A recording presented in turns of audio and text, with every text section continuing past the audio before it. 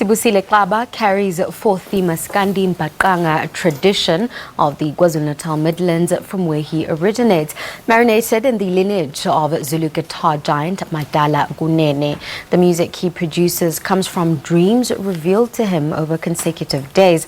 Most of his album, Open Letter to Adoniah, was recorded live in the mountains of Magaliesberg just outside Johannesburg. He's been included in the lineup for this year's OppiKoppi festival and joins us now to share more on that and his music. Welcome to the show, Sibu. Good to be here, Toby. Yeah. Now, your music is very spiritual. Would you say that was intentional on your part? I wouldn't necessarily say so, but it's African music, and you know, Africans deal a lot with spirituality. It's like it's an everyday existence for us. So I guess the more we find ourselves, the more we realize who we are, the more we go the spiritual route, I think. I want us to look at your music a little bit more, but before that, I thought it's very interesting that you're on the OppiKoppi lineup. Something that isn't expected. Is that a big deal for you? Because to me, it is. Okay, I think it's a great platform. I think this music that we are creating, and it's a lot of us, shouldn't be put into these boxes or given like certain expectations that maybe we wouldn't play in such platforms. You know, it's music for the people, and OppiKoppi has been there for some time, and the people are there, and we're just trying to reach people. So yeah, we're looking forward to being there and sharing more music with the people. Let's talk about your latest album, Letters to Adoniah. Okay.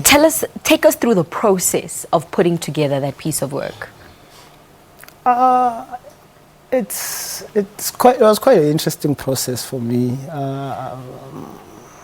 You know, the music just came literally through dreams, and yeah, I received the music while in Lele, and I would wake up and remember the music and just simply play the music. You know, a lot of us are jealous that you have that gift.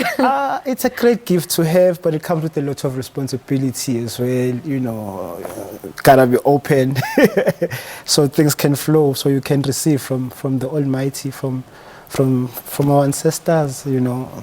Yeah, but it was really an effortless process. The music just came, and I was fortunate to remember the music, and the album came out.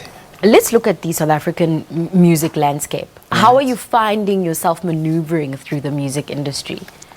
You know, day by day, learning curve.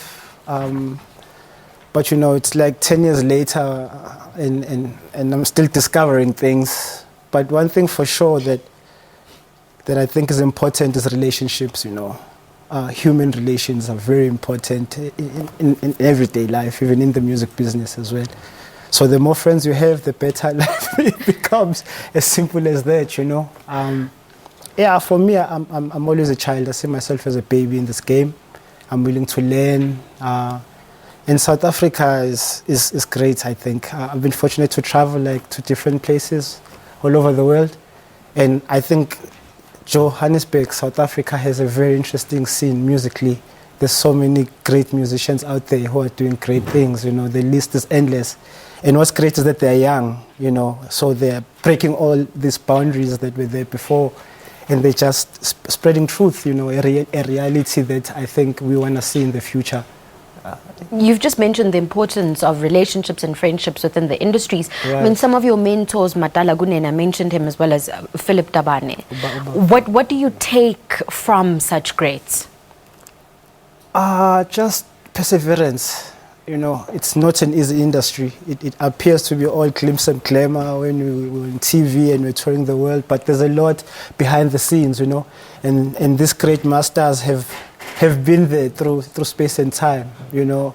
The great Uba Philip Tabane, I mean, he just, before his passing had just released an album. You know, there's serious endurance, not just musically, mentally, spiritually, and physically as well. So for me, that's one lesson I've learned from them. You gotta pace yourself. You gotta know who you are and what you want in this industry. If you want the fame, go for it. If you have a message to share with the world, go for it as well. You know, there are no rules really. It's all about expression. Well, Sibu, it's quite clear that you know who you are, so all the best with your music. So, I think I'm finding myself, and I'm becoming comfortable with who I am. Hence the music. And that's all that counts. Thank you so much for joining us on Morning Live. Yeah. That was Sibusile Xaba unleashing his astonishing spiritual sound through his debut double album, Unlearning Open Letters to Adoniah. More from him after the break.